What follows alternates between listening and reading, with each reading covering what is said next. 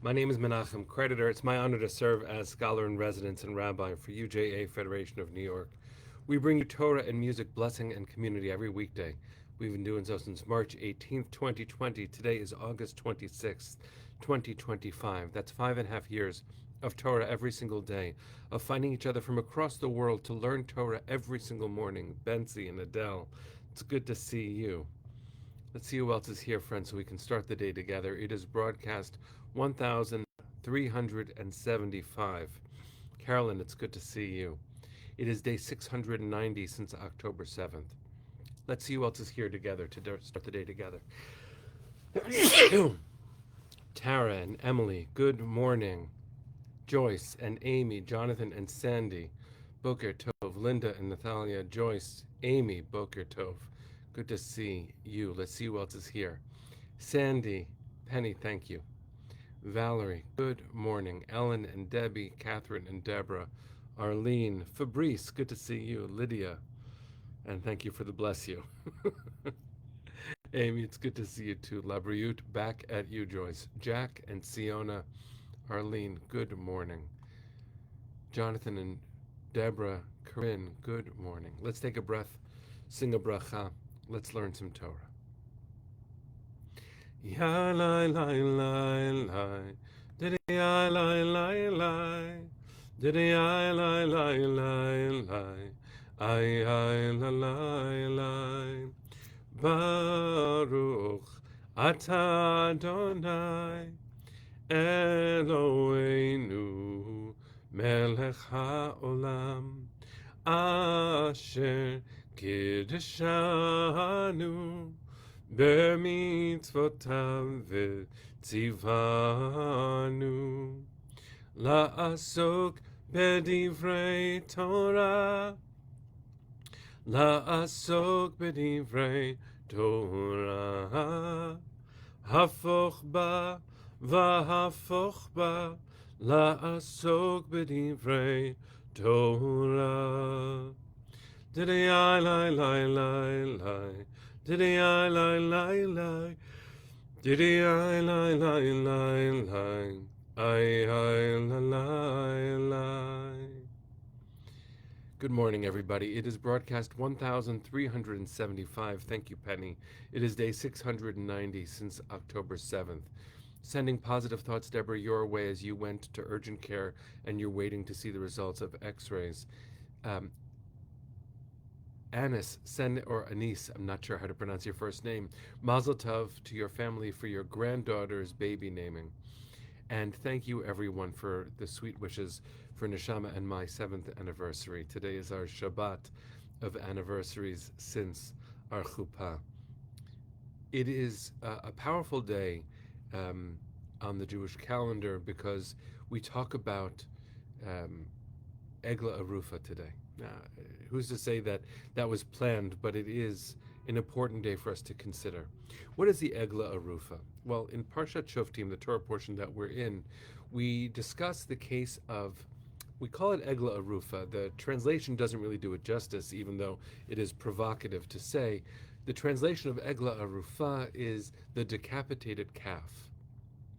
What a strange way to introduce some Torah learning. Well, the Parsha 21, chapter 21 of the book of Deuteronomy, verses 1 through 4 say, if in the land that your God is giving to you possess, ki yimatzeh chalal ba'adama asher Adonai Elohecha noten lecha l'rishta, you should find someone who is slain, meaning a corpse that is lying in the open, the identity of the slayer, of the murderer, not being known. Judges shall go out and measure, right? Your elders and your judges should go and measure the distance between the cities. And if it is found that the distance between two cities is almost equidistant, you don't know who did it. How do you pursue justice? Because justice must be pursued. The elders of the town nearest to the corpse shall then take a heifer which has never been worked, which has never pulled a yoke, and the elders shall bring the heifer to an ever-flowing wadi, right, which is not tilled or sown, and there in the wadi they shall break the heifer's neck. Now, it is complicated to read this parsha. Obviously, issues of animal cruelty come up here too, but let's presume that what is done ritually with a sense of ethics. Just go with me there because it's a different conversation that I'd like for us to have today. What is the point of this ritual? It doesn't actually sound like they're finding the roots of who did this. It's not looking for clues. There is someone who has died, presumably been killed. The body has no identifying signs in terms of who did it. And so they do this ritual. Now, in rabbinic text, by which I mean Mishnah and Gemara, Tanaim and Amoraim, the ancient sages, they suggest that the elders do this declaration that our hands have not committed this crime to reassure the community and to reaffirm the values that should animate a just society. But again, this doesn't answer the question who did it. Rambam, Maimonides, and I owe a debt of gratitude to Rafi Ellenson, who 4 years ago wrote about this on the Hebrew College Parsha blog, which is a lovely resource to have. He quotes Rambam as saying that the ritual itself is meaningless, and that the importance of the Eglah Arufah actually does help solve the crime in some ways because it publicizes the crime and it advertises the search for the murderer. And this argument that Rafi is quoting places the need for the ritual squarely on the crime itself. It's not about the emotionality of the ritual. But Rafi Ellenson writes a very beautiful thing. I'm just going to read a little bit of his writing here. This strikes me as unrealistic. The violent nature of the ritual creates high stakes. It mirrors the already high stakes of the situation. It's so dramatic. It's so tense. Moreover, this is how Rafi continues, the community itself, which is dependent upon agriculture, suffers from the death of an animal that hasn't worked a day of its life. That's pressure and stress and shame, actually, on the elders' shoulders. And so Rafi points to Dr. Brené Brown, an incredibly important voice when it comes to vulnerability and courage, accountability and leadership in our world. She writes, shame is a focus on shame is a focus on self. Guilt is a focus on behavior. This teaches us to understand the Eglah Arufah, this calf, as a lesson in the positive utility of guilt as a catalyst for communal responsibility. It's not my language, it's Rafi Ellenson's language. And we are in a month where that fits just right. Just this week we began the new Hebrew month of Elul. Elul is a month of healing relationships. It is, yes, also deeply romantic. I offer this thought in honor of my beloved wife. We believe, even though it's not the origin of the name, that this month, Elul, is an acrostic for Ani Lidodi Vidodi Li. I am my beloved's and my beloved's is mine. It's a sweet thing to say. But what does it mean to actually belong to each other? Not in the context of marriage, but in the context of communal relationships. It means that we are obligated to pursue justice on behalf of each other. Rabbi Cantor Risa is asking for an important clarification, that I've accidentally conflated the words killer and murderer, and of course there's a difference. In American law, there's an understanding that death can happen by accident. We call that manslaughter. Murder is premeditated, and so we consider that a more severe case. The Torah certainly makes that distinction. Thank you for asking that question so gracefully. During this month of Elul, where we are called to tend to the relationships with fairness, with justice, with accountability, and of course, with vulnerability, let's make sure, friends, let's make sure that we follow the wisdom that Rafi Ellenson writes today. He writes, as we embark on our personal journeys this Elul, this month leading in to the high holidays, may we remember that there can be no genuine tshuva, no actual repentance, until we turn from the individualistic shame that prompts self-flagellation, shame that would be about hurting ourselves, God forbid, but instead prompts inquiry to action, which, God willing, prompts us to build, strengthen, cultivate selves and communities with no room for violence or ills.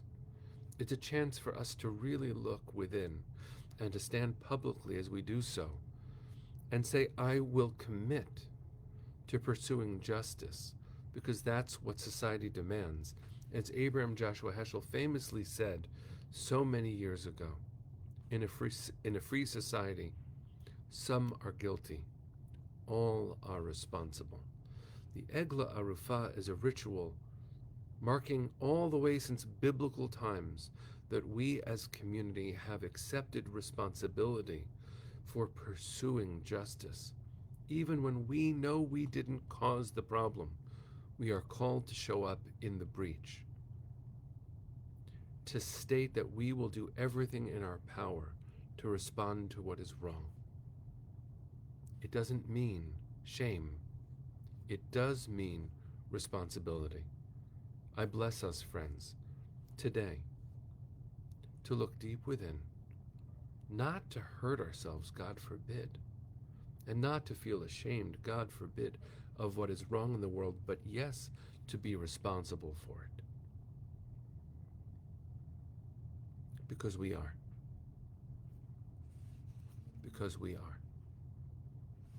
50 beloveds and countless others call us to responsibility. May we be worthy of that challenge, of this beautiful inheritance that the Torah places in our presence today. May our relationships be blessed by all partners holding themselves accountable, knowing that there's work to do, and it is good work to heal broken relationships. And it is precious to look at their beauty too. Sing with me, Send Your Hearts to the East, on this 690th day since October 7th. Sing with our 50 beloveds in your eyes. Say their names. Call out with me to them.